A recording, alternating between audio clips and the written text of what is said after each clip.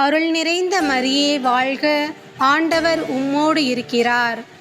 December 9ஆம் தேதி திங்கட்கிழமை, திருவருகை காலம் 2ஆம் வாரம், புனித கன்னி மரியாவின் அமல உற்பவம் பெருவிழா. மறையுரை சிந்தனை. பெண்களுள் ஆசீர் பெற்றவர் என்று அழைக்கப்படும் அமல உற்பவியின் பெருவிழாவை இன்று நாம் கொண்டாடுகின்றோம்.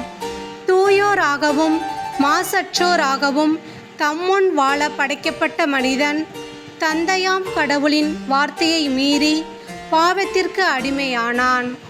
இதனால் மனுக்குலத்தை மீட்க இறைவன் ஜென்ம பாவம் இல்லாத ஒரு பெண்ணை கருவிலேயே தேர்ந்தெடுத்து, அருள் நிறைந்தவரே வாழ்க, ஆண்டவர் உம்மோடு இருக்கிறார் என்றார்.